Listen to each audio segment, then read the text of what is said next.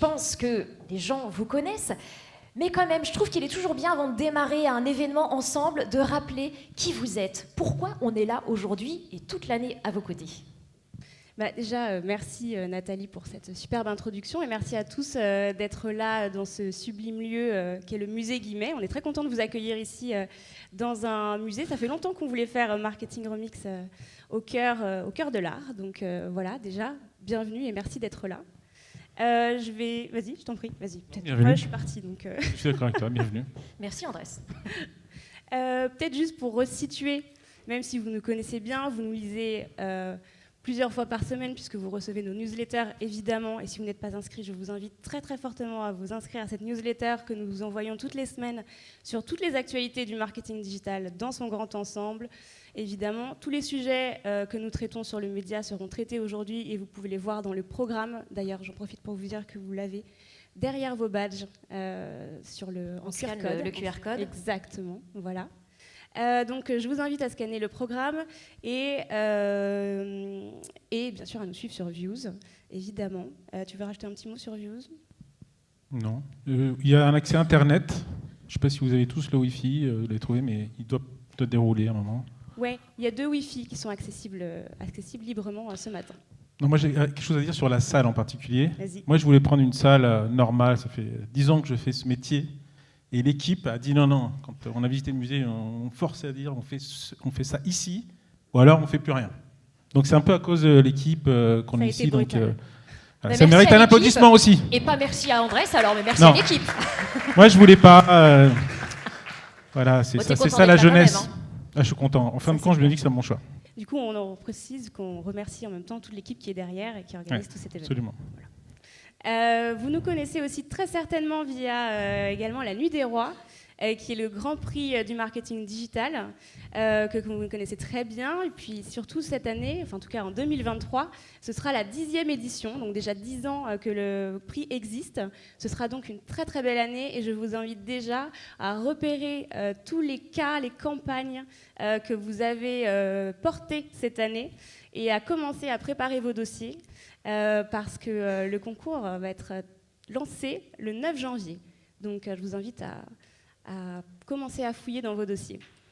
Vous nous connaissez aussi très certainement via le Retail Club, alors qui est plus récent, il a 2 ans.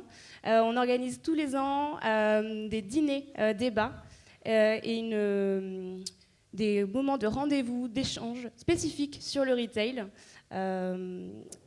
toute l'année, donc avec plusieurs rendez-vous dans l'année. Et si vous suivez Views, vous en saurez plus. Voilà. Est-ce que tu souhaites rajouter quelque chose sur nos événements ? Non, on va en parler un peu plus après. On en parlera un peu plus après.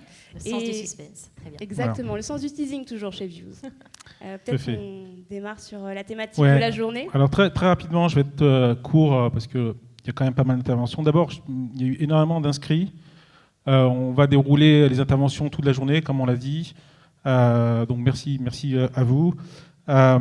Et vous savez, le thème aujourd'hui, c'est relations durables. Pourquoi ? Évidemment parce que nous, on s'est dit il y a 2 sujets clés en ce moment qui sont au cœur de la transformation des entreprises. C'est le digital, c'est le durable. C'est vraiment les 2 sujets qu'on a tout le temps. Alors, on est dans des temps très chaotiques, compliqués, contradictoires, paradoxaux, schizophrènes. On traverse en ce moment plusieurs crises en même temps. Et en fait, certainement, le digital, le durable, c'est la boussole. Vers quoi il faut aller, c'est ce qui permet de s'en sortir, et c'est certainement une bonne chose. Mais pour nous, le digital, plutôt le durable, surtout couplé au digital, c'est évidemment le sens RSE, c'est le sens que donne l'ONU en 87 sur le développement durable, c'est-à-dire l'écologique, l'économique, le social, sociétal, mais c'est plus que ça. Qu'est-ce que ça veut dire concrètement, au-delà des incantations, c'est pour ça qu'on a réfléchi à l'équipe et on s'est dit, en fait, il faut penser le durable dans les relations. Et en fait, le durable, il n'existe que par des preuves, comme des preuves d'amour, que dans les relations incarnées, finalement, que les marques, puisque le sujet de marketing en mix, c'est les marques, que les marques ont avec leur écosystème, leurs partenaires, leurs clients, leurs collaborateurs. Donc c'est vraiment comme ça qu'on l'a pensé. Pour nous, finalement, durable, c'est relation durable, c'est le RSE, mais c'est le business. C'est la vision, mais c'est aussi le profit. Et comment joindre les 2. Alors, c'est pas facile. Et d'ailleurs, on a fait une étude avec YouGov, qu'on vous présentait à la fin de la journée. Et on a posé les questions, nous, qui nous agitent depuis quelques temps. C'est une étude exclusive qu'on a fait pour Marketing Remix. Et il y a la première donnée qu'on a de cette étude, c'est que seuls 3 Français sur 10 font confiance aux marques en ce qui concerne leur impact sociétal, environnemental et économique. C'est quand même assez faible. Moi, c'est un chiffre que je mets en relation avec la confiance que font les marques, que font les Français aux marques. C'est le chiffre de l'ADEME qui, depuis des années, stagne à 30-40%. Dans les années 80, c'était 60%, donc il y a vraiment une chute. Ça ne veut pas dire que les entreprises et les marques ne doivent pas faire. Au contraire, ça veut dire que, à mon sens, que les individus sont intelligents, pas naïfs. Ils se méfient du greenwashing et donc c'est encore plus exigeant pour les marques. Et une des solutions, précisément, est dans les relations durables. Voilà. Cela dit, on est dans des temps, comme on l'a dit, un peu complexes. On traverse des crises, plusieurs crises.